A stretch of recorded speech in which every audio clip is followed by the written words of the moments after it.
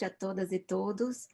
A gente está começando mais um seminário do Escritório de Evidências, esse já é o 36º seminário, e hoje a gente vai falar sobre modelagem matemática e formação de professores. Com duas pessoas, e vai ser bem interessante porque vai ter um relato de um doutorado, de um professor que também trabalha na nossa rede, e um relato do professor Geraldo, que é professor universitário e forma professores de matemática. Então, a gente fez uma dobradinha com esses dois palestrantes. A gente gosta sempre de falar um pouco do escritório de evidências para aquelas pessoas que estão assistindo pela primeira vez. É uma área que surgiu, que foi criada na Secretaria de Educação do Estado de São Paulo nesse ano, com o propósito de aproximar a academia, os estudos científicos, as pesquisas acadêmicas da gestão pública, trazendo os resultados desses estudos para o conhecimento da nossa rede, para que esse conhecimento subsidie nossa ação. E quando a gente fala nossa ação, eu estou falando não só da administração central, mas de todos os atores do sistema escolar. Então, vai desde os professores na sala de aula, os professores coordenadores, a equipe de gestão da escola como um todo, diretores, depois passando pela diretoria de ensino, que também tem um papel de gestão em outro nível, e por fim chegando às coordenadorias da administração central. Esse espaço é um espaço de debate livre, como todo debate científico tem que ser. Então, isso significa que a opinião dos palestrantes não necessariamente é a mesma opinião da secretaria, mas a gente traz aqui a reflexão que nos ajuda a melhorar, então tem que ser um debate franco, mas de fato, como eu disse, isso não significa que a gestão da secretaria pense como os palestrantes. A gente vai contar com a interação de vocês durante o evento, então, agora a Simone, que é a produtora de hoje, está colocando o link, por favor, anotem esse link. Esse link, por meio dele, você vai ter acesso a um formulário para fazer as perguntas que você queira fazer para os dois palestrantes de hoje. Então, vou dar um tempinho para vocês anotarem.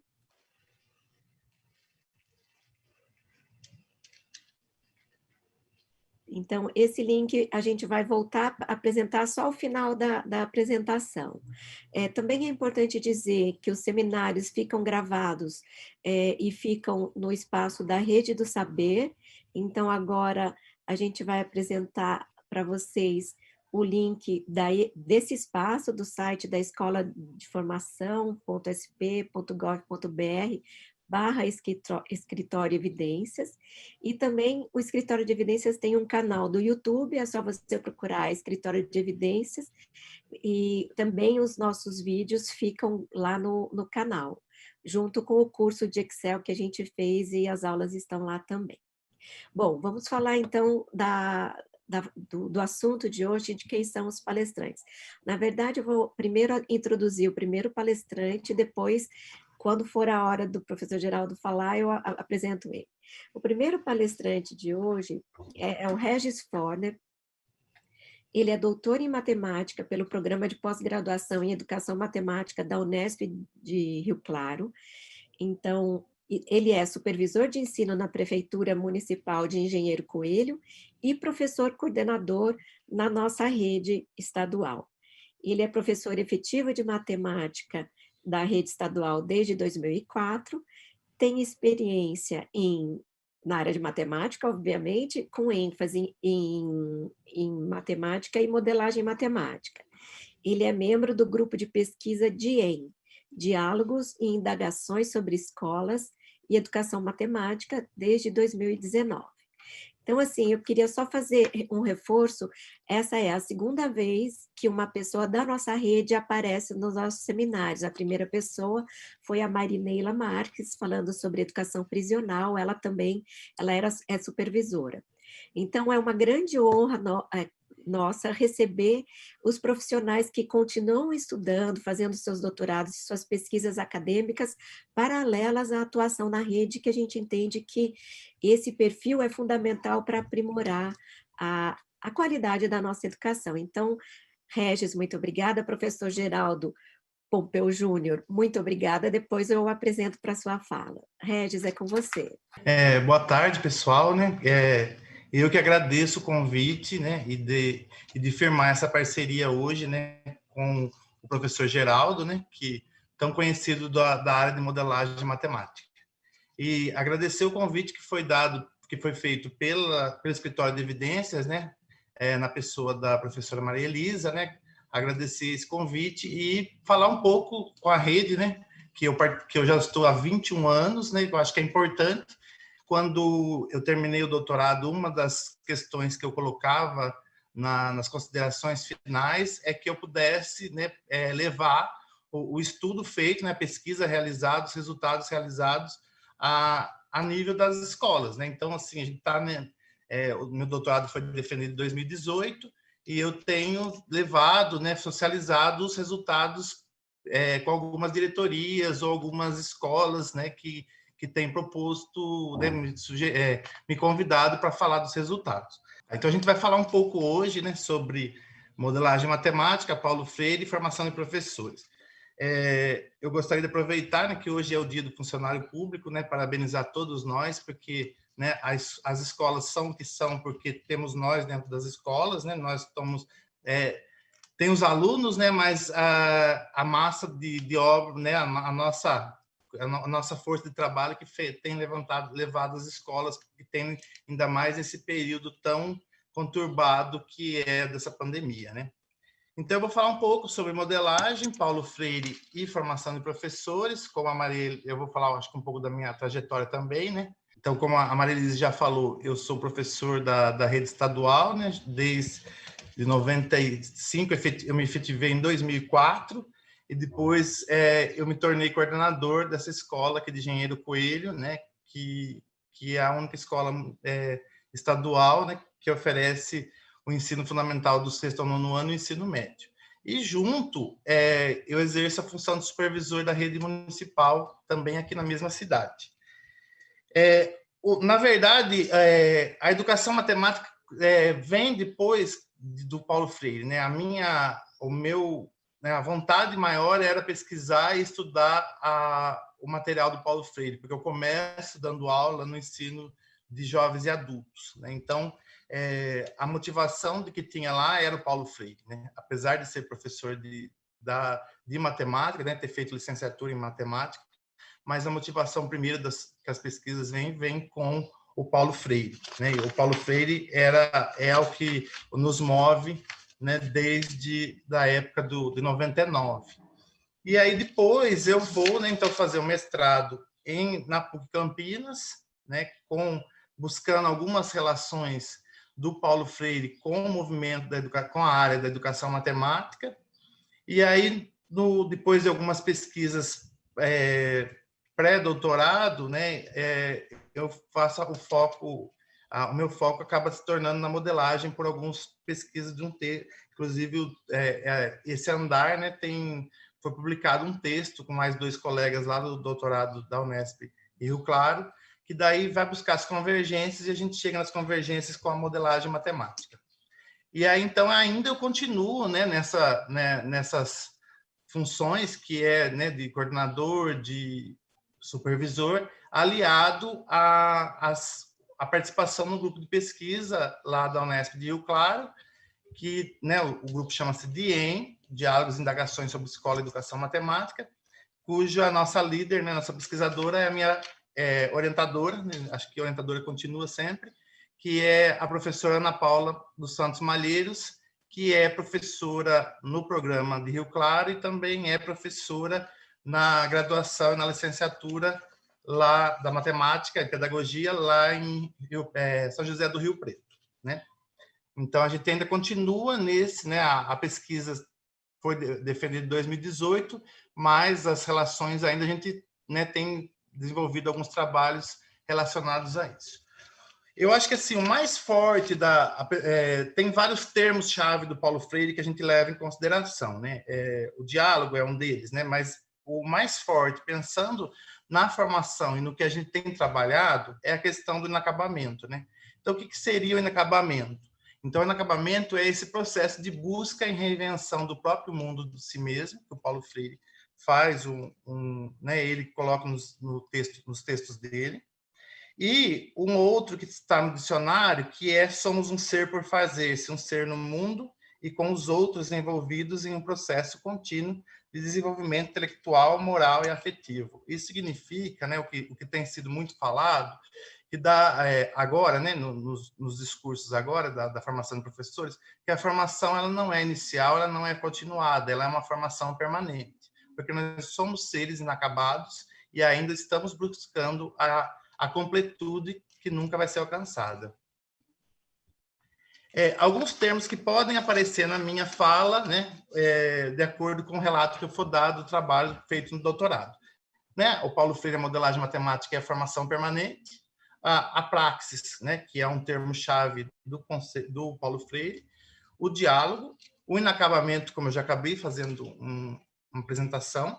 Situação limite, outro conceito muito importante, junto com o inédito viável.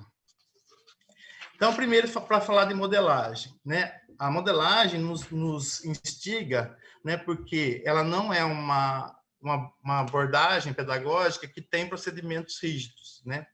Também a questão do que se pode, não tem como prever, né? O que vai acontecer dentro da sala de aula a partir do momento que eu proponho uma atividade de modelagem, né? A atividade de modelagem ela vai ser muito focada na questão da problematização e do levantamento de hipóteses. E aí a gente pensando mais numa linha mais com convergência com o Paulo Freire, que também vai aparecer a criticidade, né? Quando a gente se analisa as respostas. A autonomia vai ser uma coisa muito valorizada quando se faz pergunta, de buscar os caminhos. E o mais forte, que é o papel social da matemática e a leitura do mundo pela matemática, que a gente acha que a modelagem, pela forma que a gente propõe, ela vai ser um caminho para que haja leitura do mundo pela matemática. Então, a pesquisa que foi desenvolvida, né, a gente tinha o foco da pesquisa era ver se a modelagem, como ela iria se dar no contexto do currículo do Estado de São Paulo, né? Então, porque a nossa ideia, né, que já trabalhando tanto tempo na rede estadual, é que a gente não fosse fugir do que era proposto, né, nos materiais e para a gente não fizesse nada daquilo que estava ali contido. Então, a gente ofereceu um curso, né, para os professores aqui da região de Limeira, né, porque a Engenheiro Coelho faz parte da diretoria de ensino de Limeira. Quero aproveitar e agradecer, né, a parceria que foi feita com o núcleo pedagógico na época, né, que alguns ainda estão lá, né, a coordenadora é a Viviana, agradecer os PCNPs na época, né? Porque daí a gente acabou fazendo mais cursos também, né? O meu curso, para a minha produção, foi em 2016, eram algumas pessoas, ou depois mudou. Mas a gente sempre teve, graças a Deus, uma boa parceria com a diretoria de ensino de Limeira.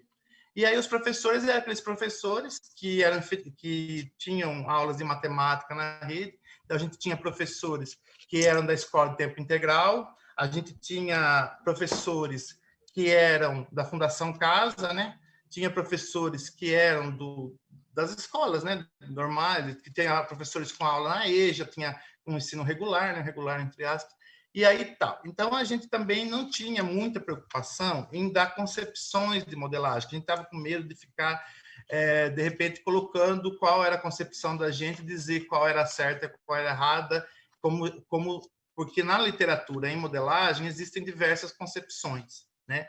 E aí, dependendo de qual é o objetivo da sua aula, né, a concepção pode ser outra. Então, tem várias concepções que permeiam a literatura em modelagem. E aí, a gente, então, tentou, né, trazer alguns materiais, principalmente do Paraná, né, porque o Paraná é um estado forte, inclusive a modelagem está no livro didático do Paraná. Então, a ideia era pegar algumas atividades lá do Paraná e propor aqui para ver como que se daria elas quando se confronta com o currículo paulista. Então, a gente chegou num determinado momento que os professores queriam que a gente né, tinha um pouco de insegurança, né? Aí entra a questão dos situações limite, né? Aquela coisa assim, eu tenho um problema, né? Não é bem um obstáculo, porque eu consigo ver, mas tem algumas coisas que tem que seguir o currículo, tem que fazer isso e tal.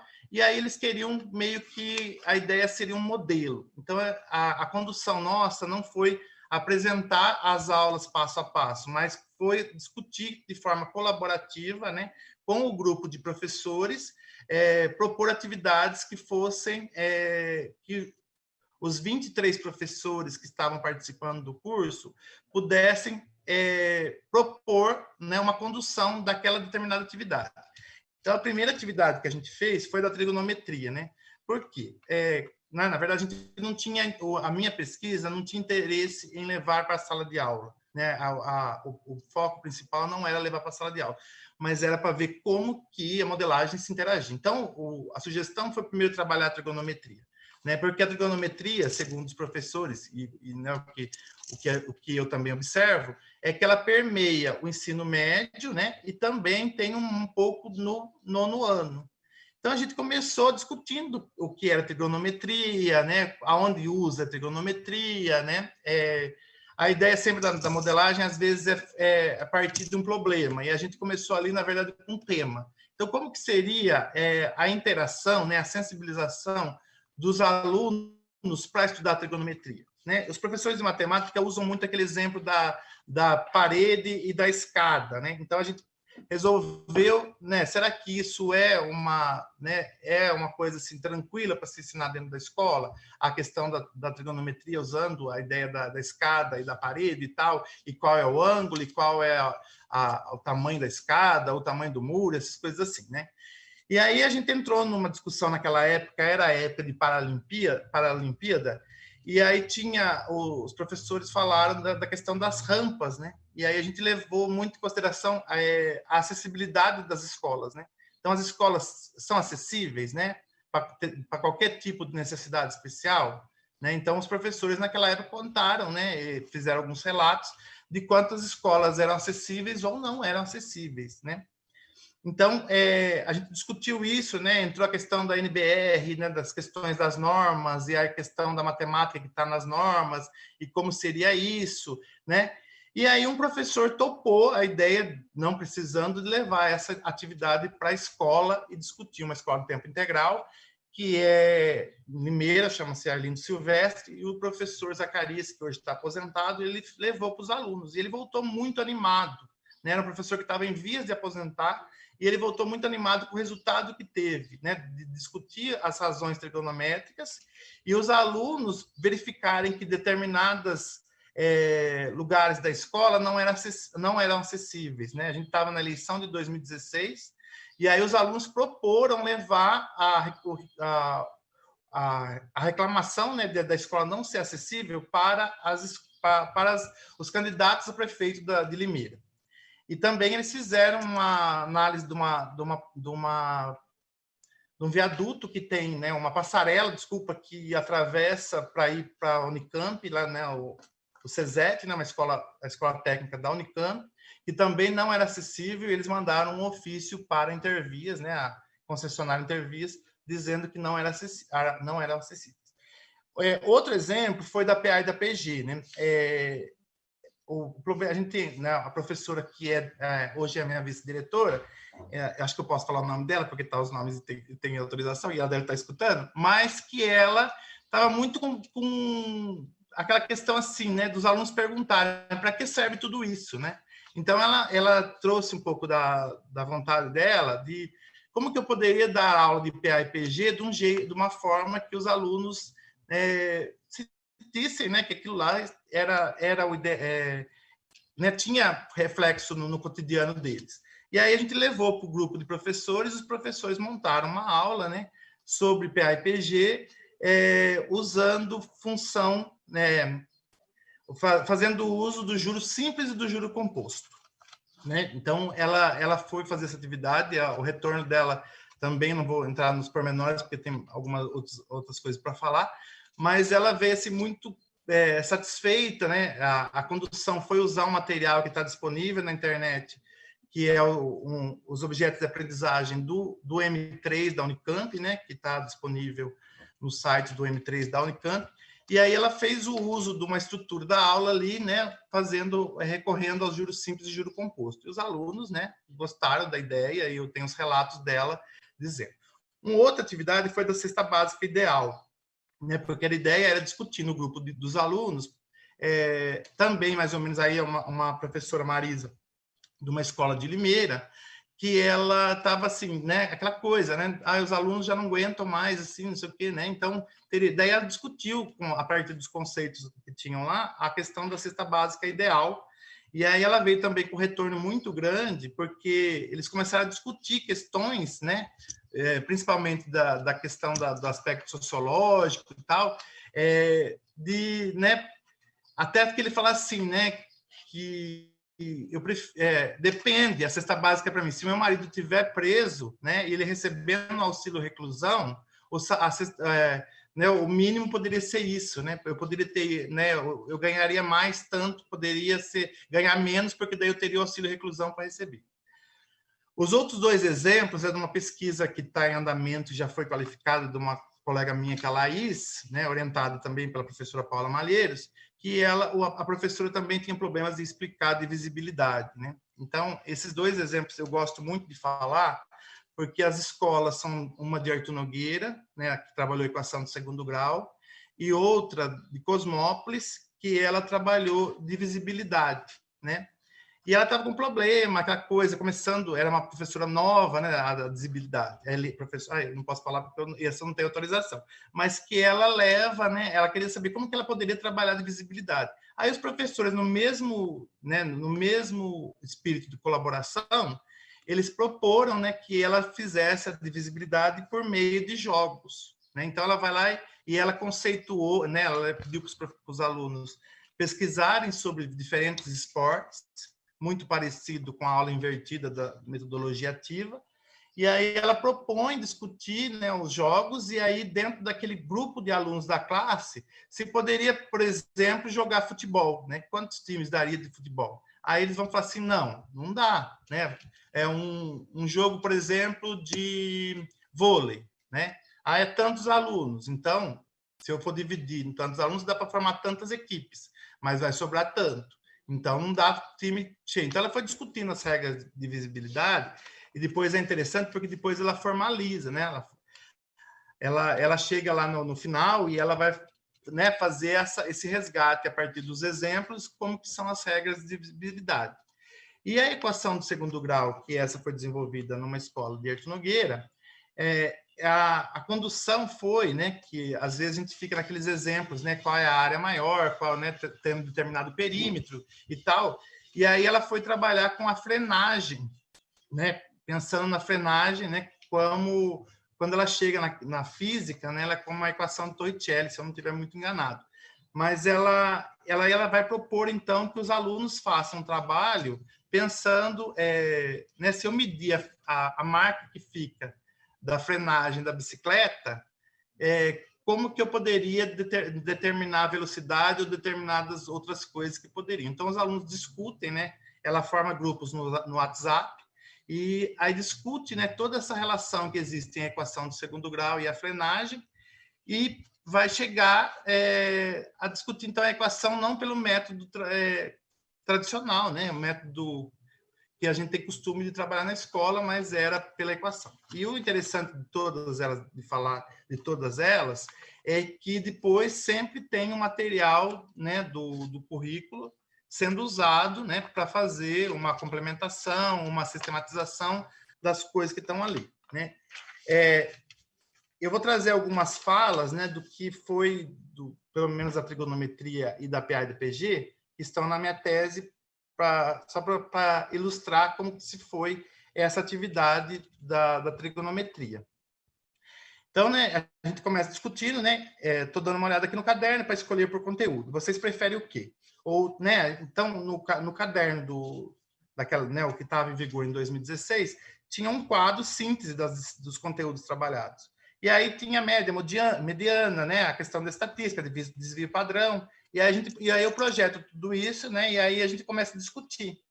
Também fala de função, gráfico de função, exponencial, logaritmo, análise final do gráfico, né? E aí a gente tem que pensar, né, no modelo. Qual vai ser o primeiro modelo? Vamos pensar um tema mais fácil, porque ali tinha professores de todas as séries. Então vamos pensar alguma coisa que todo mundo pudesse participar. E aí uma professora, né, ela que trabalha na escola integral, ela sugere, sugestão, na AP, né, nossa avaliação de aprendizagem em processo, do ensino médio, tem no primeiro ano, no segundo, no terceiro, tem a trigonometria. Então, nós podíamos pensar algo relacionado à trigonometria. O que vocês acham?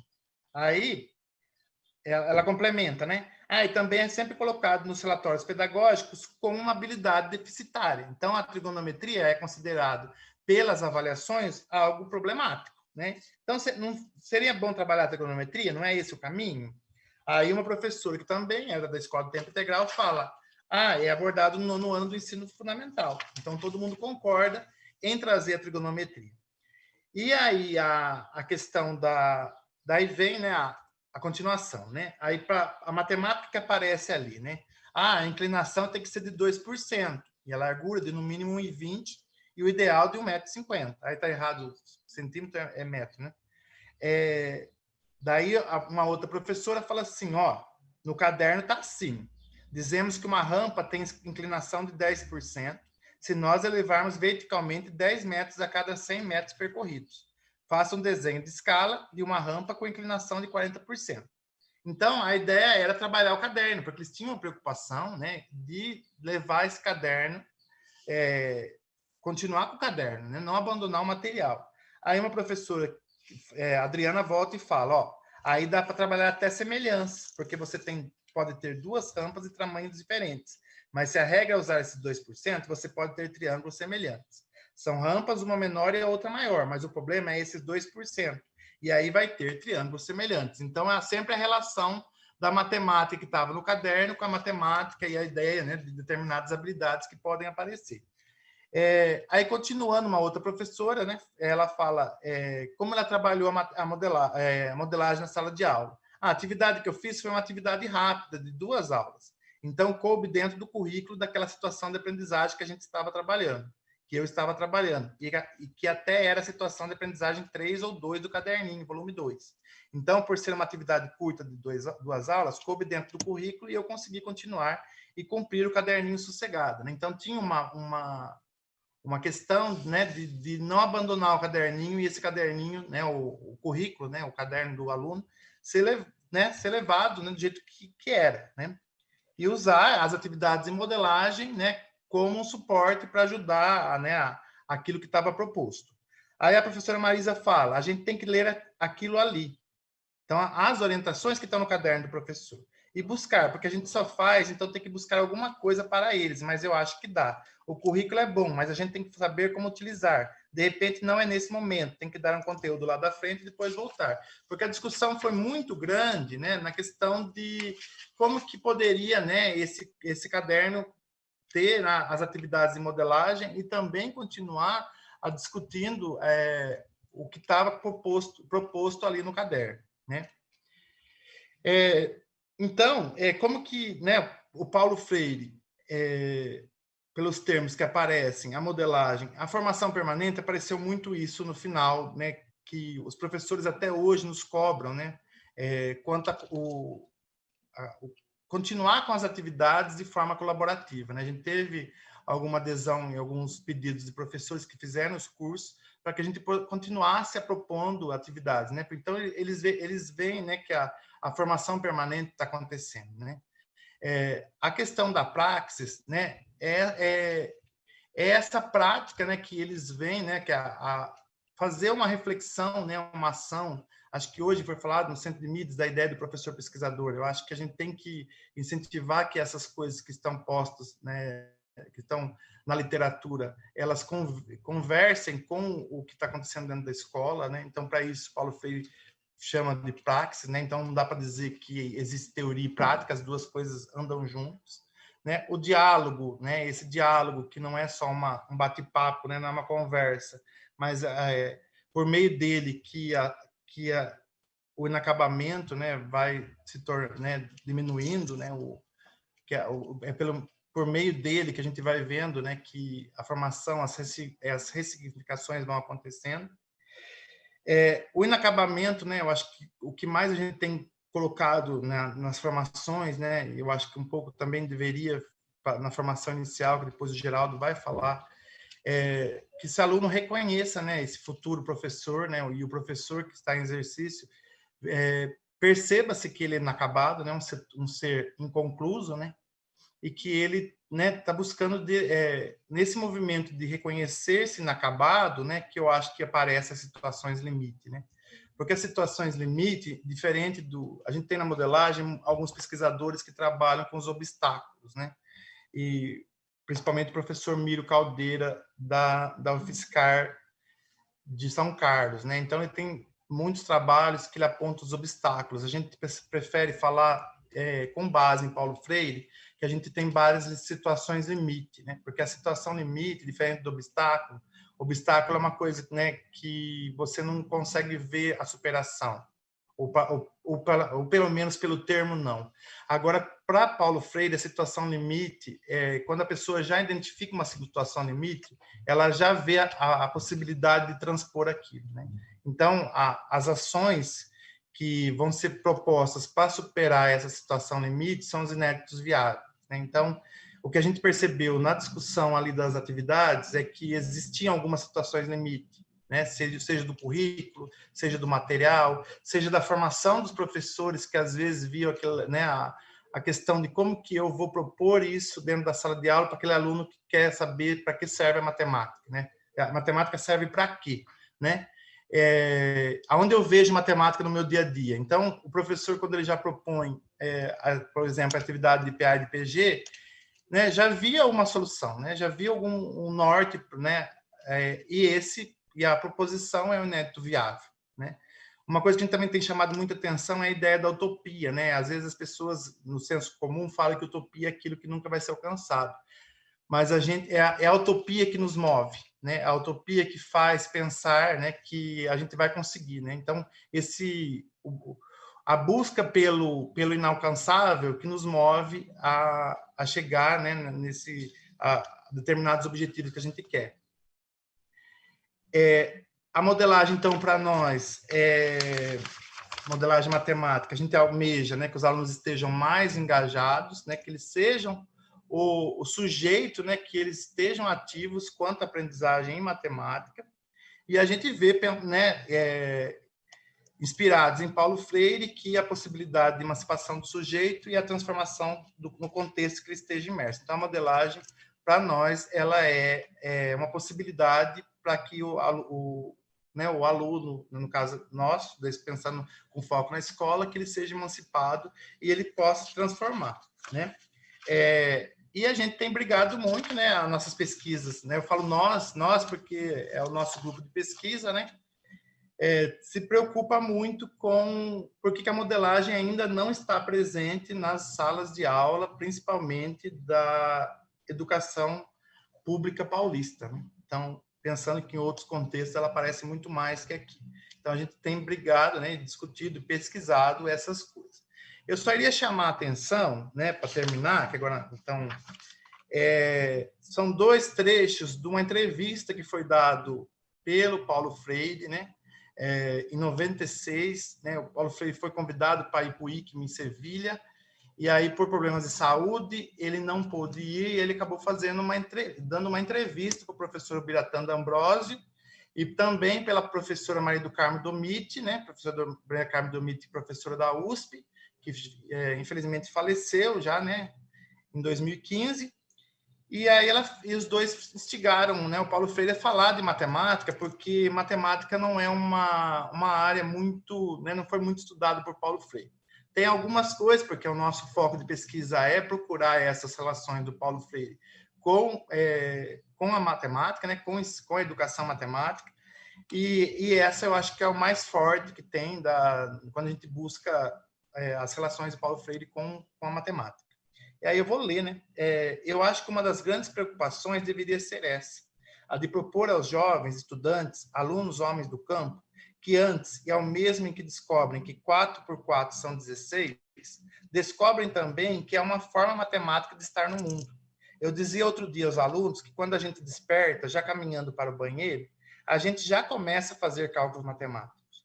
Quando a gente olha o relógio, por exemplo, a gente já estabelece a quantidade de minutos que a gente tem para se acordou mais cedo, se acordou mais tarde, para saber exatamente a hora que vai chegar à cozinha, que vai tomar o café da manhã, a hora que vai chegar o carro, que vai nos levar ao seminário para chegar às 8. Quer dizer, ao despertar os primeiros movimentos lá dentro do quarto, são movimentos matematizados. Para mim, essa deveria ser uma das preocupações, a de mostrar a naturalidade do exercício matemático, né?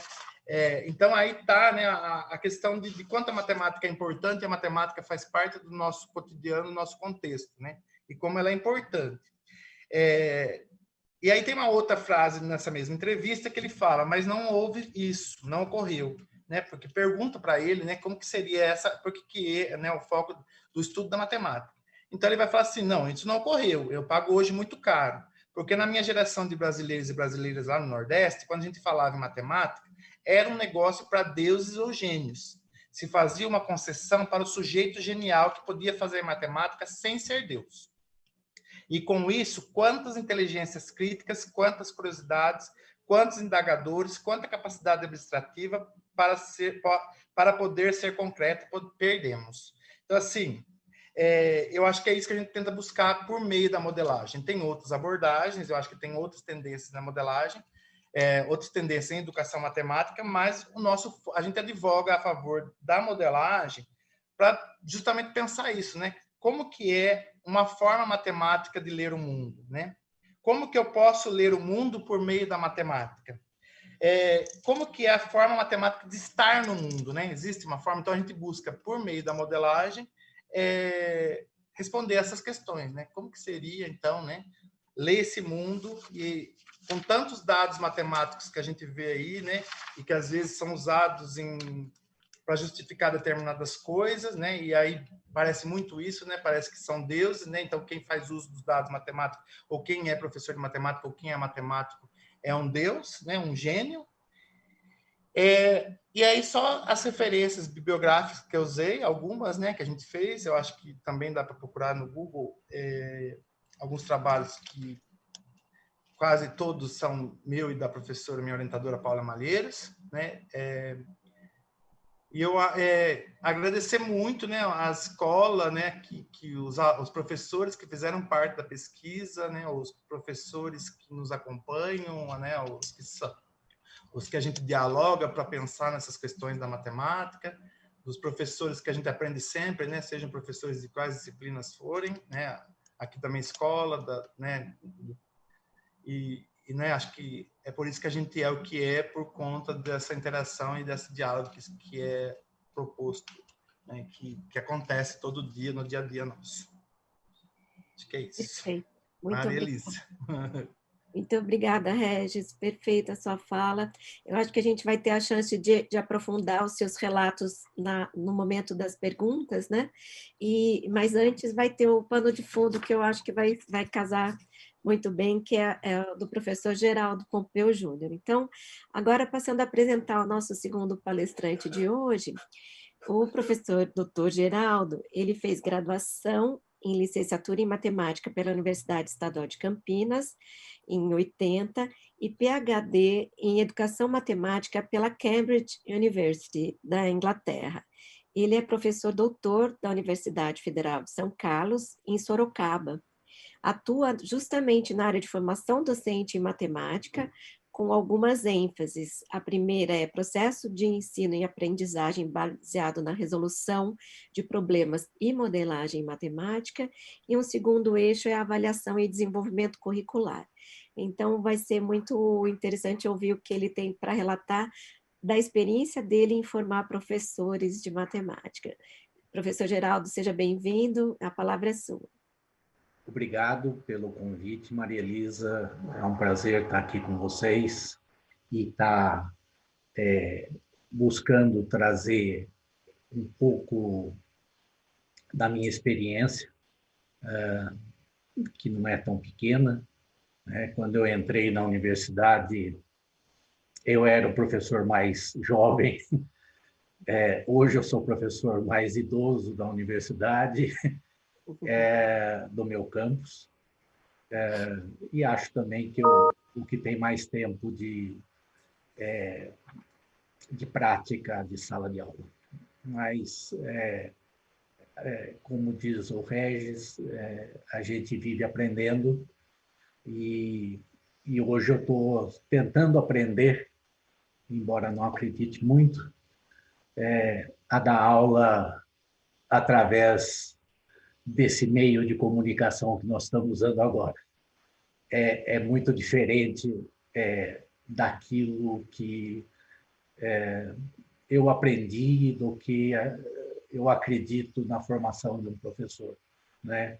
A necessidade de você olhar no olho, de você estar em contato pessoal, porque, na verdade, muitas vezes o aluno não sabe nem o que perguntar, tamanha dificuldade que ele tem. E muitas vezes você simplesmente olhando, você percebe que o aluno não está entendendo absolutamente nada daquilo que nós estamos falando. Nesse contexto, então, eu vou falar um pouquinho sobre a resolução de problemas e a modelagem matemática como fios condutores para o processo de ensino e aprendizagem, principalmente no ensino básico aqui do estado de São Paulo e do Brasil, basicamente. A resolução de problema, ela, quando a gente estuda, né, vai procurar saber a respeito, um dos primeiros autores com os quais nós cruzamos, talvez o principal deles, é Jorge Poliya, que faleceu em 85, e que uma das coisas que ele dizia é que o que nós precisamos na educação básica é ensinar os nossos jovens a pensar. Mas como que a gente aprende a pensar? Isso é algo que nasce com a gente? Evidentemente, eu acho que não.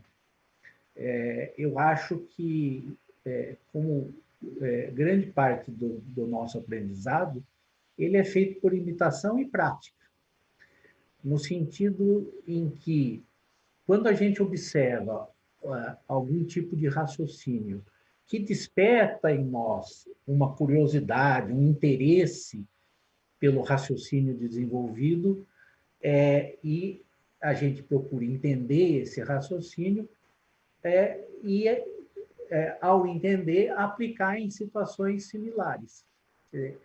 Dessa forma, à medida que nós vamos envelhecendo ou passando pela vida, né, a gente começa a aprender a pensar. E mais do que isso, né, à medida que a gente aprende novos conhecimentos, nós estamos desenvolvendo, aprendendo a pensar independentemente, autonomamente, como normalmente eu me refiro a isso. Como nós estamos falando primeiramente de resolução de problema, porque depois eu vou fazer um paralelo com a modelagem, uma outra questão que deve ser colocada é se existe diferença entre exercício e problema. O que talvez diferenciaria um do outro?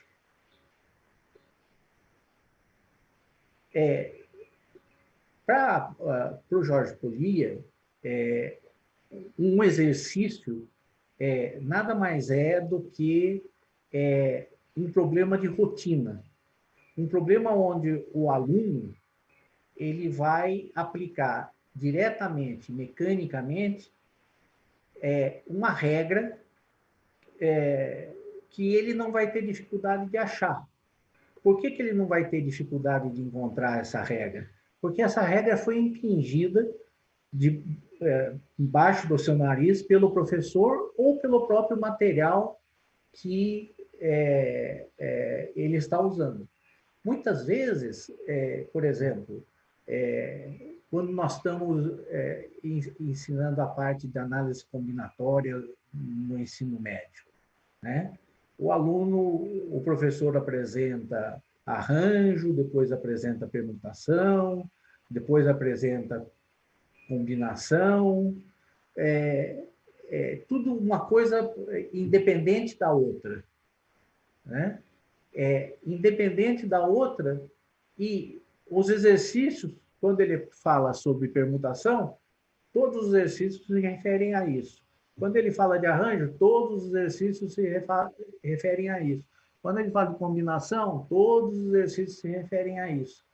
Aí, na hora que você pega essas, vamos supor, 3 listas de exercícios e mistura tudo, e dá novamente para o aluno resolver, pode até ser os mesmos exercícios.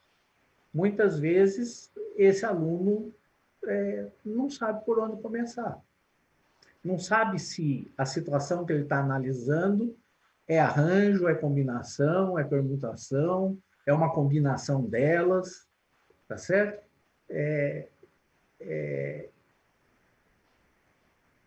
O que na minha concepção, o que isso indica? Indica que, se fosse um problema de rotina, que ele sabe que tem que usar tal regra, ele faz. Quando o problema e fica misturado com diversos conceitos, muitas vezes ele não sabe por onde começar. Por outro lado, a gente tem o problema, né? Que nas palavras de Polia, são o que ele chama de problemas não rotineiros, que vai exigir do aluno um certo grau de criatividade e de originalidade. O problema que não tem uma rotina a ser seguida, ele pode, de alguma forma, contribuir com o desenvolvimento intelectual do aluno. Enquanto que os exercícios, basicamente, não interferem com essa formação intelectual, com esse desenvolvimento intelectual do nosso aluno. Então, eu sou, como Jorge Polia já falava 75 anos atrás, eu também protesto muito com as nossas salas de aula, basicamente de matemática. Daqui a pouco eu vou passar a falar de multidisciplinar, de uma maneira mais multidisciplinar, mas, basicamente, nas nossas aulas de matemática, os nossos problemas são problemas rotineiros. São problemas que desencantam grande parte dos nossos alunos. Os alunos não se sentem motivados, não se sentem interessados em aprender isso que está sendo apresentado a eles com o rótulo como sendo matemática. Que, na verdade, por exemplo, eu gosto tanto de matemática que eu não consigo conceber que alguém não possa gostar de matemática. Na verdade, muitas vezes, o aluno não gosta da maneira como a matemática está sendo apresentada a ele. Muitas vezes, o nosso aluno não sabe por que está aprendendo aquilo que está sendo ensinado a ele. Muitas vezes, o aluno pergunta para o professor, para que serve isso que eu vou ensinar, o que eu estou aprendendo? E muitas vezes o professor responde, agora você aprende, mais tarde você vai descobrir para que serve. E esse mais tarde nunca chega. Esse mais tarde está sempre na ilusão de que um dia eu vou descobrir por que eu aprendi trigonometria, por que eu aprendi PAPG, por que eu aprendi funções, por que eu aprendi análise combinatória, por que eu aprendi estatística, por que eu aprendi um pouco de geometria, basicamente euclidiana. Enquanto tudo isso, na verdade, faz parte de um grande quadro. E é o professor, que teoricamente estudou para ser professor, que tem que verificar que esse quadro, quando está sendo olhado pelo aluno, o aluno está vendo ele tão de perto que ele não está distinguindo o que está no quadro, tá certo? Por exemplo, atrás da Maria Elisa tem um quadro da Audrey Hepburn, tá certo? Muitas vezes aquilo passou desapercebido, porque o aluno não conseguiu nem prestar atenção naquilo que estava atrás ou que estava na frente da cara dele, porque ele não consegue visualizar isso.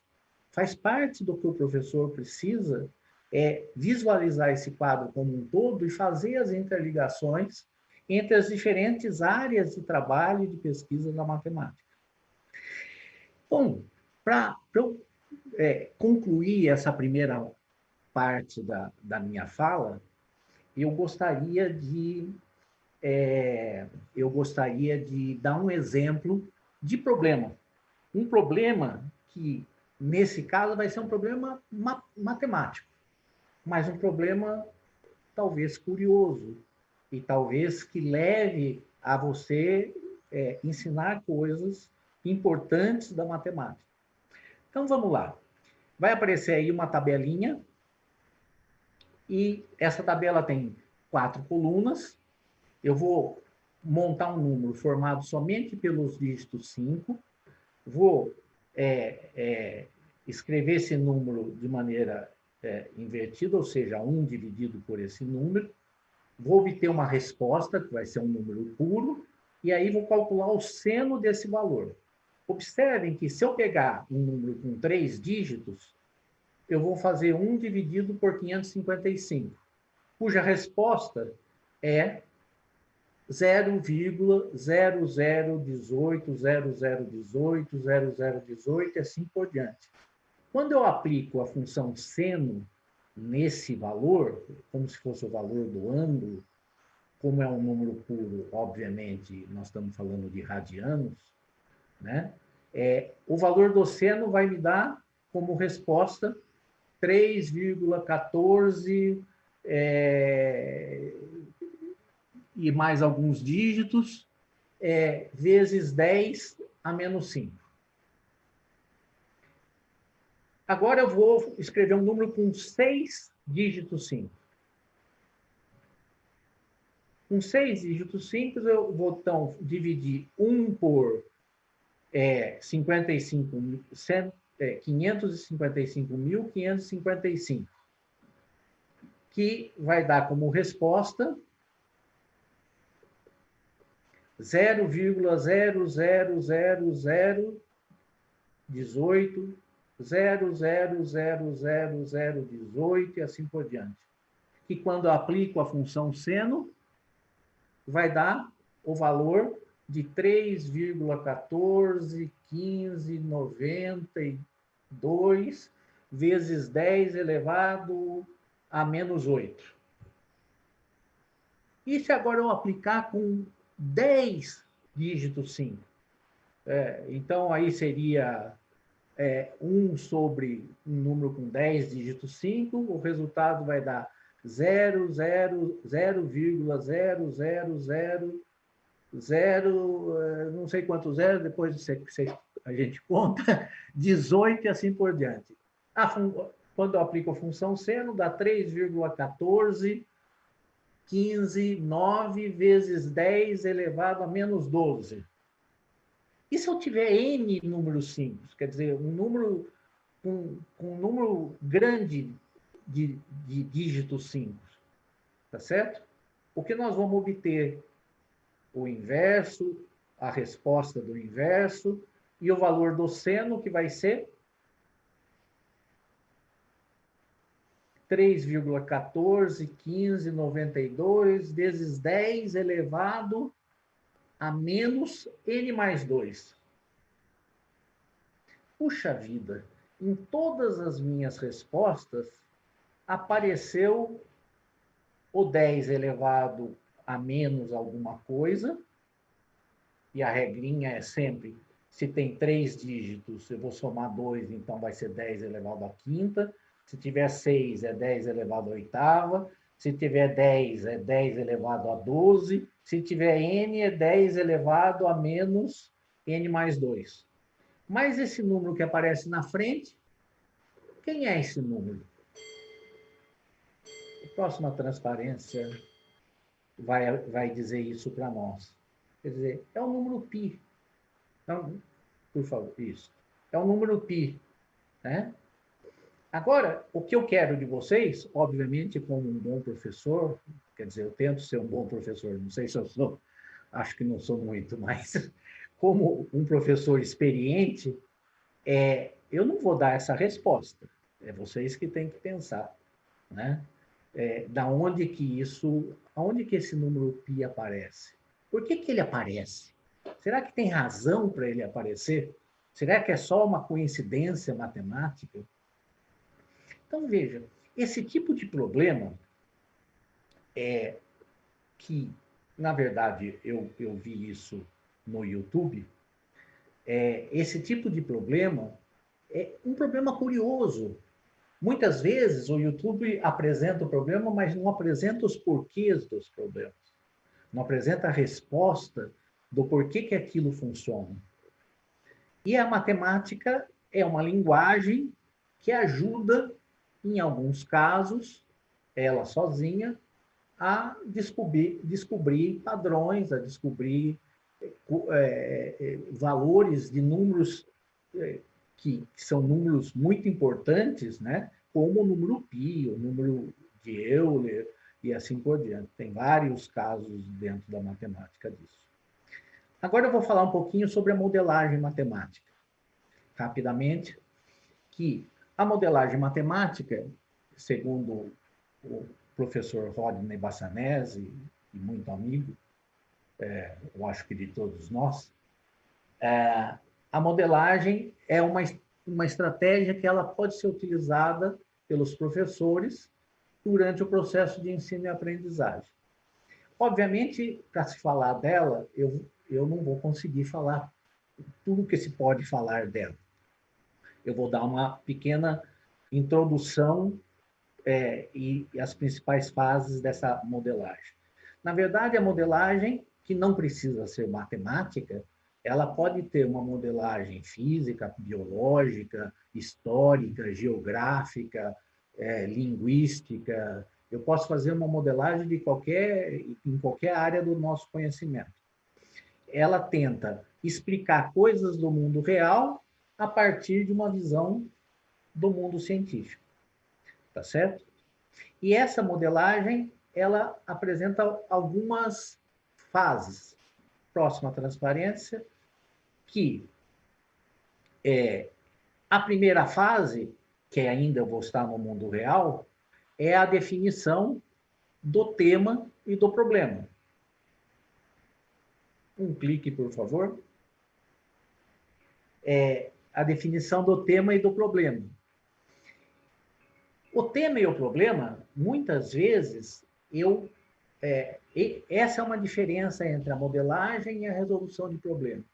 Quando eu tenho um problema, tudo o que eu preciso para resolver aquele problema deve estar no enunciado, na figura que está propondo o problema. Na modelagem, o tema e o problema nem sempre aparecem com os dados oferecidos. Raramente oferecem com os dados os dados sendo também fornecidos, né? Muitas vezes eu preciso ir para a parte de experimento. Esse experimento vai nos fornecer os dados experimentais. Esses dados experimentais, um clique, esses dados experimentais não é necessariamente colhidos numa experiência. Pode ser e recomenda-se até que seja. Mas eu posso obter esses dados, dependendo do tema e do problema, na internet. Eu posso obter esses dados em institutos de pesquisa, como Embrapa, como universidades, tá certo? E de posse desses dados, eu volto, um clique, para o meu tema e problema, e aqui se põe o meu problema, que a partir daqui, ele é parecido com a resolução de problemas. Porque a próxima etapa é a de construir o modelo matemático com o qual eu vou trabalhar. Um clique. Esse modelo matemático, que pode ser uma equação, que pode ser uma função, que pode ser um sistema de equações, que pode ser um gráfico, que pode ser um desenho, por exemplo, dos alvéolos numa colmeia, como esses alvéolos se encaixam. Tudo isso tem explicações matemáticas, mas que exige do aluno, e talvez aqui que é o empecilho disso não aparecer tanto nas nossas escolas, exige do aluno um certo nível de abstração. Abstração não significa necessariamente que eu tenha que o professor tenha que dar uma dica direta do que tenha que ser feito, né? Mas o professor tem que orientar o aluno a olhar para os dados, a conversar com pessoas que trabalham na área, para saber quais dos dados são muito importantes, quais dos dados não são tão importantes e quais os dados que não têm significância nenhuma para o problema com o qual eu estou trabalhando. E tentar verificar, através dessas abstrações, que tipo de comportamento esses dados oferecem. Normalmente, isso que a gente faz plotando os dados em gráficos, tá certo? E verificando como esses dados crescem, decrescem, se vão para a estabilidade, se não vão para a estabilidade. Esse é o tipo de coisa que faz parte da matemática e que a escola simplesmente faz de conta que não existe. Quando a gente obtém um modelo matemático, eu preciso da resolução desse problema. Aí eu estou no meu mundo que eu domino, teoricamente eu domino, tá certo? No meu mundo científico. Através da resolução, eu vou buscar a minha solução do problema, a qual eu tenho que confrontar com os dados experimentais. Tanto a solução com os dados, como os dados com a solução. Um clique, por favor. Essa confrontação, ela, na verdade, tem como objetivo a gente validar ou fazer a validação do modelo que nós construímos, que nós desenvolvemos. Que necessariamente não é um modelo rígido, não é um modelo que vai se comportar como uma função trigonométrica, como uma função linear, como uma função exponencial, e aí eu estou dizendo, referenciando, por exemplo, função exponencial ou função linear com juros simples, juros compostos e assim por diante, né? Na verdade, ele vai incluir tudo isso, pode incluir um modelo que não exista. Normalmente é isso que nós encontramos. Algo que o modelo não é só matemático, ele é um modelo matemático, biológico, físico, histórico, tudo isso está envolvido dentro dele. Um clique, por favor. Mais um. E o objetivo dessa validação é para saber se nós vamos modificar ou não o modelo com o qual nós estamos trabalhando. Se os dados, se a solução corresponderem à minha expectativa dos dados, é um bom modelo. Se não corresponder, eu vou tentar refinar esse modelo. Cada vez que a gente faz a pergunta, e se tal coisa acontecer, o modelo matemático muda. Tá bem?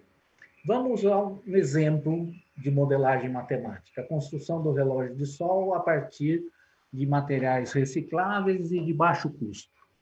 Tá? Esse modelo foi trabalhado por uma aluna minha de graduação, a Larissa, que era professora de física e depois foi fazer matemática, e que era professora efetiva da Escola Estadual Professor Ageu Pereira do Amaral, aqui em Sorocaba, no estado de São Paulo, e foi trabalhado com 24 alunos, principalmente da primeira série, no contraturno. O que significa isso?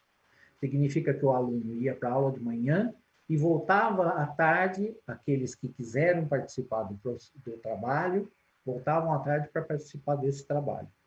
Ele, além de ter um caráter que tinha como foco a modelagem matemática, ele também teve um caráter interdisciplinar, que, na verdade, é uma forma de fazer com que exista uma articulação mais próxima dos professores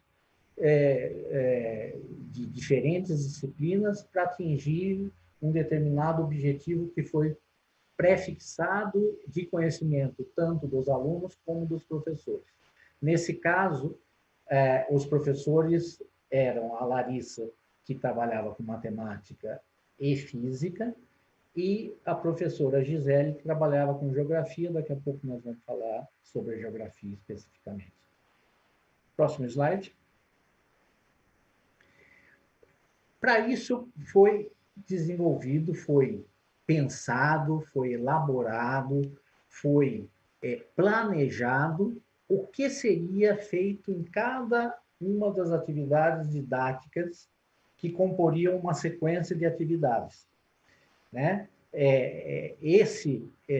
A atividade aqui entendida como sendo um conjunto de atividades num tempo pequeno de aula, normalmente 2 aulas, cada uma com início e fim conhecidos, quer dizer, eu sabia onde eu estava e sabia aonde eu teria que chegar, e baseada basicamente nos conceitos com os quais nós queríamos trabalhar, com o objetivo, lá na frente, de construir o relógio de sol. Por favor. A primeira atividade, por exemplo, foi discutir a questão do movimento de translação da Terra em torno do Sol. E foram utilizados para isso 2 vídeos da internet, ótimos vídeos, não tem nenhum problema de utilizar esse vídeo para a sala de aula. E esses vídeos, o primeiro, Espaçonave Terra, semana 1, e o segundo, Espaçonave Terra, semana 26, como o solstício ocorre no Polo Sul, e a Lua do Sol, esses 2 vídeos foram exibidos somente aquilo que interessava do vídeo para a atividade que seria desenvolvida. Não foi apresentado o vídeo inteiro, 30 minutos de vídeo. Foram apresentados alguns minutos de vídeo e, ao final, foi dado um questionário aos alunos que eles deveriam responder. Próximo. Na atividade 2, o objetivo não era mais discutir a translação da Terra em relação ao Sol, mas sim a rotação da Terra em torno do seu eixo imaginário, o eixo norte-sul, né? Que ele é um eixo inclinado, obviamente é um eixo imaginário, inclinado, né? E inclinado em relação ao eixo vertical de translação do planeta em torno do Sol. Novamente, foi-se utilizado de um vídeo, Espaçonave Terra, semana 7, e foi também utilizado um texto da revista Super Interessante, que fala sobre a luz e som, a luz de sombras, e nesse texto já se referia do ponto de vista histórico e da construção e da relação entre luz e sombra que existe no relógio de sol. Esse texto foi lido pelos alunos em casa para que houvesse a terceira atividade, que é o próximo slide, cujo objetivo da atividade era de apresentar, analisar e discutir com os alunos a questão de latitude e longitude. Veja que aqui já entra a geografia, né? E a construção de bússola e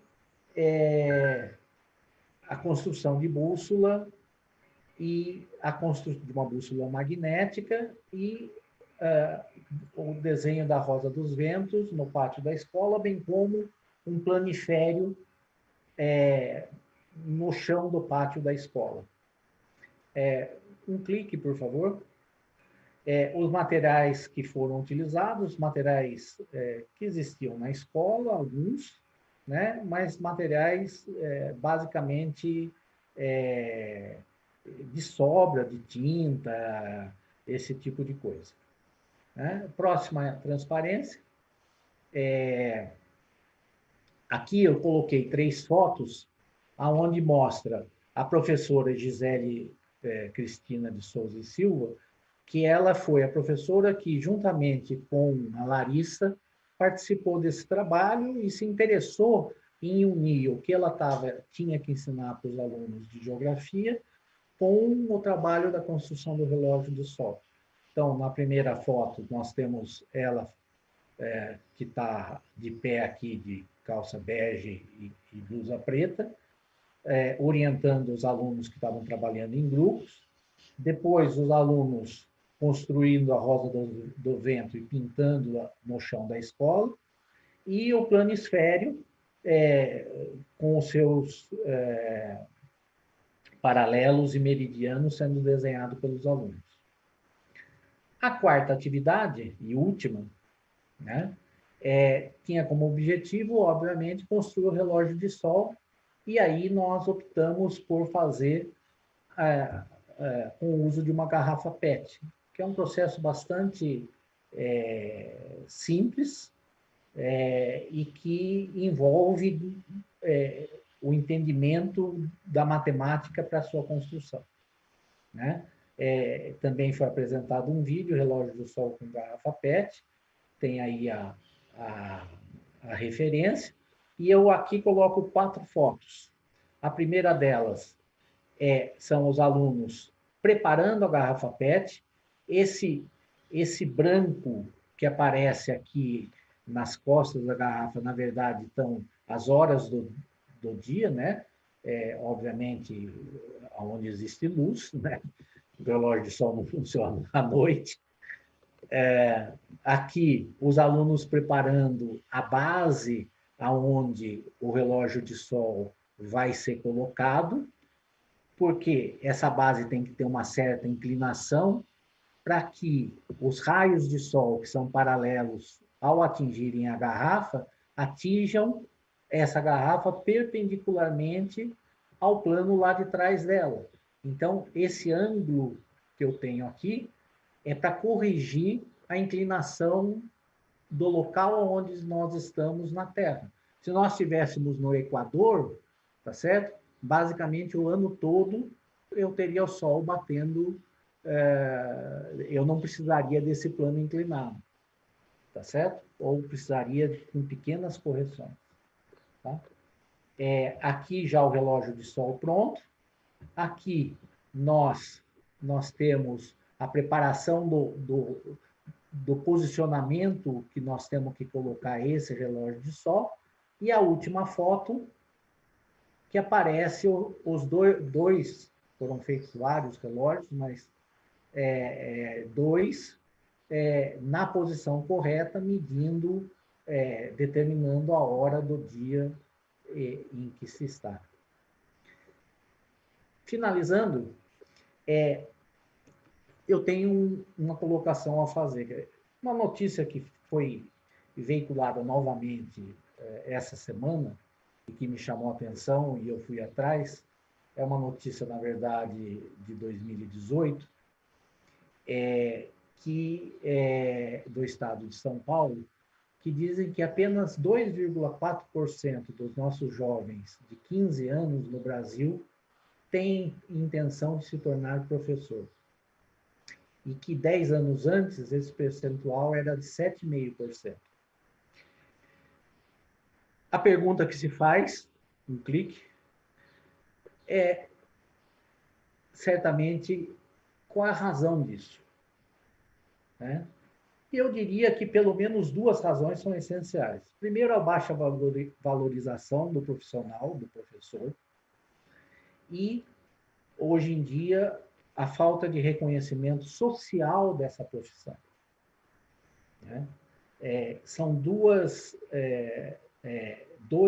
fatores que eu acho contribuem significativamente para esse desestímulo de se tornar professor nos nossos dias. O que nós devemos fazer para mudar essa realidade? E a minha última transparência é que, embora essa não seja uma resposta simples, né, nem trivial, eu teria 3 considerações a fazer. A primeira delas é que as nossas universidades, secretarias de Estado e o Ministério da Educação devem priorizar a formação do professor, de todos os níveis, e acompanhá-los de perto em seus primeiros anos de atuação. Eu diria de 5 a 8 anos, tá certo? Porque nessa fase nós ainda conseguimos modificar o professor. Mais para frente, que seria a segunda colocação que eu teria a fazer, é que a baixa estima dos professores, nos anos finais de profissão, precisa ser investigada e ações tomadas para reverter esse processo. Oferecer alternativa de trabalhos a esse professor, mesmo que seja fora de sala de aula. Tá certo? Porque nem sempre manter o professor desestimulado, desinteressado dentro da sala de aula, produz o resultado que se espera daquele docente. E aí não vale só para o professor de matemática, vale para todos os professores. Os nossos alunos devem ser incentivados, desde a pré-escola, para ser mais criativos, trabalhar mais com problema do que com exercícios repetitivos, serem mais intelectualmente independentes. Esse aluno tem que entender que um dia ele não vai ter mais professor para perguntar as coisas. Ele vai ter que decidir o que fazer perante os problemas que ele vai enfrentar na vida. Sendo capazes de resolver problemas e não simplesmente de formular problemas e não simplesmente de resolvê-los, que é basicamente o que nós ensinamos. Era mais ou menos isso. Eu passei, eu acho que 5 minutos, ou um pouquinho mais, mas eu acho que a parte das perguntas a gente vai poder entrar em alguns detalhes e descobrir que matemática pode ser muito interessante. Muito obrigada. Vou reafirmar que matemática pode ser muito interessante. Professor Geraldo, muito obrigada. Realmente, essa reflexão sobre mais problemas e menos exercícios repetitivos é uma coisa que parece óbvio, né? Mas faz a gente pensar, né? Nós recebemos algumas perguntas, mas antes de eu falar para as perguntas, eu vou voltar a colocar o link de interação. Por favor, Simone, se você puder. Porque algumas pessoas chegaram depois ou estavam no centro de mídias, e no centro de mídias tem um chat que as pessoas às vezes usam, mas o escritório de evidências fecha, porque como a equipe é pequena, a gente não dá conta de triar todas as perguntas que receberíamos pelo chat. Então, mostrar de novo o link de interação para aquelas pessoas que chegaram mais no começado. Por favor, anotem para, caso tenham perguntas, fazê-las, tá? Vou deixar aí um pouquinho, enquanto eu já falo das perguntas que nós recebemos. A Mariana, da Administração Central, pergunta para o Regis. São 2 perguntas para o Regis que eu vou fazer, que daí a gente vai em bloco e depois eu passo para as outras perguntas que chegaram, tá? A Mariana, então, pergunta para o Regis o que é, afinal, o inédito viável, que não ficou claro para ela na sua apresentação. E a segunda pergunta vem do Jorge Santos, também do órgão central. Ele pede que você, Regis, desenvolvesse um pouco mais como a modelagem matemática se relaciona com os ensinamentos de Paulo Freire. E daí Maria Elisa, aproveito para te lembrar de um relato que você fez para mim numa das nossas conversas, que talvez seja interessante nesse contexto, que é daquela professora de educação prisional, que falou do ensino da progressão aritmética e geométrica, no contexto de homens adultos que estão em situação de prisão e que têm grande dificuldade de aderir a esse estudo da matemática mais seco, né? Se você puder desenvolver, então, por favor. Então, deixa eu começar da Mariana, né? A questão é assim, né? O inédito viável, segundo Paulo Freire, são as ações de superação a partir do levantamento do que seria uma situação limite, né? Então, deixa eu dar um exemplo do que aconteceu no trabalho, né? Na pesquisa, né? Então, a professora, né? Ela tinha, né? Por conta da formação, né? Dela, como poderia relacionar, né? A insegurança, né? Então, assim, a questão de que eu teria que usar o material, né? Seja o livro didático, seja o currículo, né? O que estava proposto no currículo. E aí ficava aquele medo, né? Eu não posso, né? Porque tem muito essa ideia de que o livro, né? Ele seja o único que vai ditar as aulas, né? Então, os professores, às vezes, utilizam ele com esse final, com esse objetivo, né? Então, quando ele olha, ela pega e aponta, né? Todas essas coisas, então, assim, seriam as situações limite para o Paulo Freire. Então, a gente enxerga, né, interpretando Paulo Freire, que isso seria uma situação limite. Então, né, que eu não consigo, né, não consigo, né, da minha formação pelo capital cultural que eu tenho, eu não consigo ver uma sugestão de que, além do que está proposto ali no material. E aí, mas consegue, mas sabe que tem uma saída, né? Que existe uma saída, então por isso que ele é uma situação limite, não é um obstáculo. E aí, quando tem essa proposta de ação de superação, né? Aí é o inédito viável. Então, o inédito viável para Paulo Freire é uma ação de superação a partir do situação limite que está proposta, né, que foi percebida ali. Quanto à pergunta do João, né, a gente tem feito uma relação muito grande com a modelagem nessa questão do despertar a criticidade, né, né, olhar com os dados matemáticos, né, com o ferramental, ou seja, né, uma palavra um pouco difícil de falar, mas que a partir da utilização da matemática, ele consiga, né, interpretando esses problemas, esses temas, conseguindo ver como sendo uma possibilidade de transformação do contexto que ele está. Então, como aqueles dados matemáticos ajudam eu ser, né, na emancipação do sujeito. Então, porque o Paulo Freire vai ter muito essa preocupação do oprimido e opressor, né, da questão de como que se dá a relação entre os dois, né? Então, de propor, né, que assim, que não seja mais e na modelagem também tem vários, né? Nos escritos que a gente tem colocado, são vários. O outro é pensar assim, que a modelagem é diferente de outras abordagens que às vezes estão um pouco mais carregadas do convencional, ela, né, que seja só o giz e o lousa ou só o monólogo pedagógico, né, só aquele que o professor fala, né, a gente tem muito isso ainda, né, do professor de matemática, ele dá uma aula como se fosse um monólogo, né? Então, a modelagem, não. A modelagem, pelo que eu apresentei, pelo que o Geraldo colocou, tem muito da questão do inédito, né? Do inesperado, né?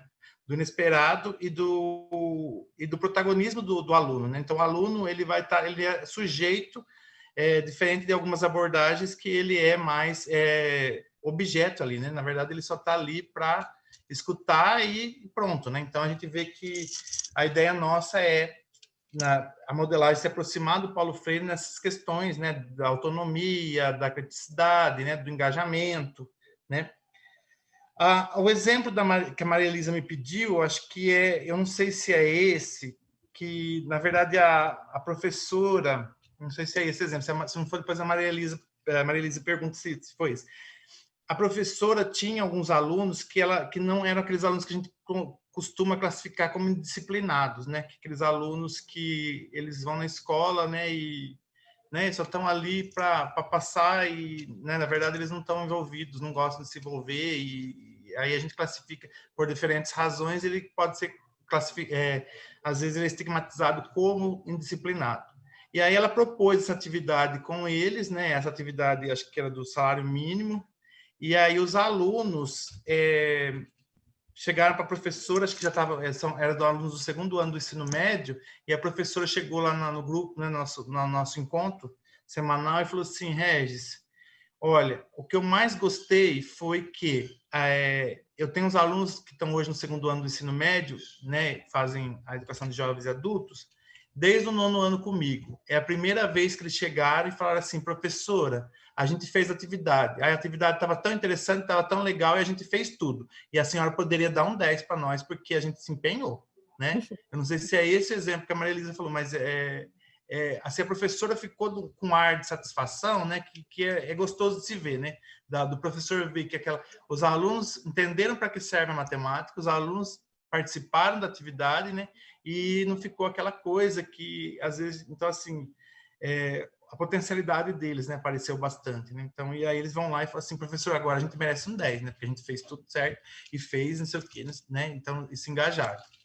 Acho que é isso. Acho que eu respondi, não sei se eu respondi o que estava proposto. Era mais, na verdade, só complementando, esse exemplo que você deu é bom, mas era o caso justamente do engajamento de populações adultas no sistema prisional que tenham um desestímulo maior ainda a retomar a educação naquele contexto. Então, quando você estuda a partir da compra de foi o estudo de uma compra parcelada, o que compensa comprar um produto à vista com desconto ou fazer o parcelamento. E daí, isso para a pessoa concreta, né, para a gente, né, faz muito mais sentido você usar a matemática nesse exemplo, e daí isso atraiu essa turma dela que ela dava aula numa unidade prisional, se não me engano. Eu não sei, eu acho que foi do que eu li da sua tese, sabe? Não foi Ah, tá. das conversas. Eu peço Sim. desculpas, mas para mim esse foi o gancho para a gente achar fundamental e fazer o vínculo com o Paulo Freire, que parte dos contextos das pessoas, né? Do contexto do professor, do contexto do aluno, e daí o ensino se torna muito mais significativo. E a gente, assim, eu lembro da minha fase de aluna, quando aquilo fazia sentido para mim, eu retia muito mais o conhecimento, né? Uhum. E não esquecia nunca, né? Eu acho que é um trecho da tese de um professor que dava aula na Fundação Casa, lá em Rio Claro, que ele deu bastante exemplo de como ele era professor, na verdade, ele fez licenciatura em exatas, né? Um curso que a maioria das federais tem, né? Que aí sai licenciado em exatas. E aí depois se aprofunda em matemática, mas ele deu vários exemplos que estão na tese do que os alunos faziam uso da matemática, né, de quanto a matemática era importante, né, para essa questão, acho que da emancipação deles, né, de como usar aquilo lá para por que é importante que eu, né, tenha uma leitura do mundo, né, que eu consiga interpretar o mundo pela matemática, né? Então, quanto isso é importante, acho que deve ser mais ou menos nessa relação. Tem sim.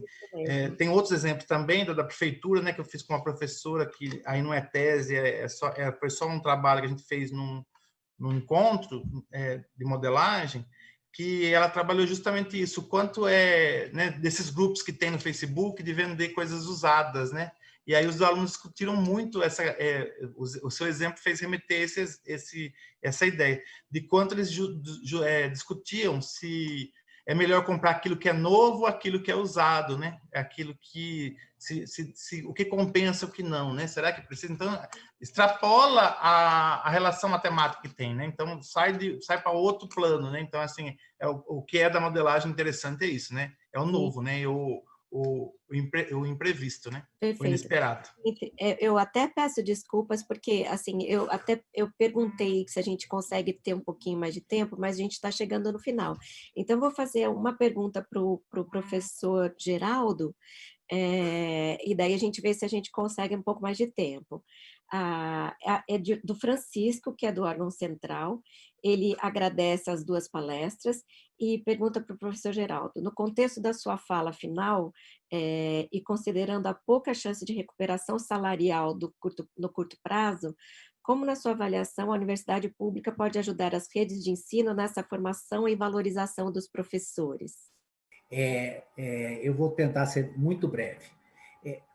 Existem muitas maneiras que a universidade pode ajudar.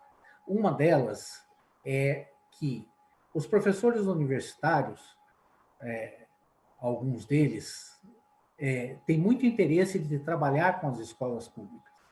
Eu trabalho com as escolas públicas aqui em Sorocaba, ofereço para dar orientação, ofereço para fazer treinamento, ofereço para... Mas muitas vezes os próprios professores não se interessam. A direção se interessa, a coordenação se interessa e os professores não se interessam. Olha. Tá certo? Então, essa é uma preocupação.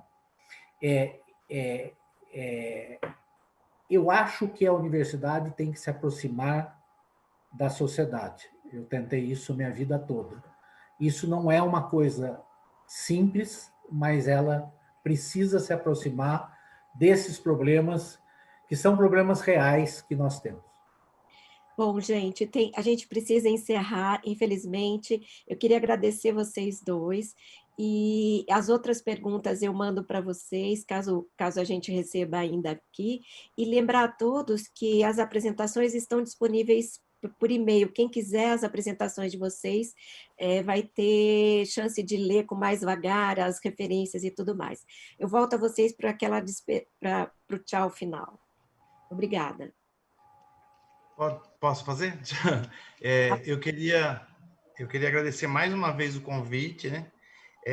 Estender, né, o meu nome e o do grupo nosso de Rio Claro, né? Acho que depois pode ser encaminhado para a Maria Elisa, depois também está fácil deixar meu nome no Facebook, no Instagram, para entrar em contato. Eu me coloco à disposição, o nosso grupo, para falar de modelagem, falar de escola, falar de educação matemática, porque eu acho que o caminho é esse, né? Eu acho que a modelagem é possível de ser feita na escola, a gente precisa discutir cada vez mais essa compreensão de como a matemática se dá no meio social, e agradecer mais uma vez, né, o convite, agradecer às pessoas que a gente dialoga, né, aqui na escola, na prefeitura aqui de Engenheiro Coelho, que a gente só é o que é, como mais uma vez, porque a gente está assim. Obrigada, Regis. Eu gostaria de agradecer, Maria Elisa, Regis, da oportunidade que foi me dada aí da secretaria. Me coloco à disposição de quem quiser conversar comigo. Meu e-mail, entre no site da Universidade Federal de São Carlos, Campus Sorocaba, Centro de Ciências Exatas e Tecnológicas, da Sustentabilidade, e se acha meu nome lá, e aí me escreva, eu com certeza respondo. Tá bem? Muito obrigada, gente. Obrigada a todos e até a próxima.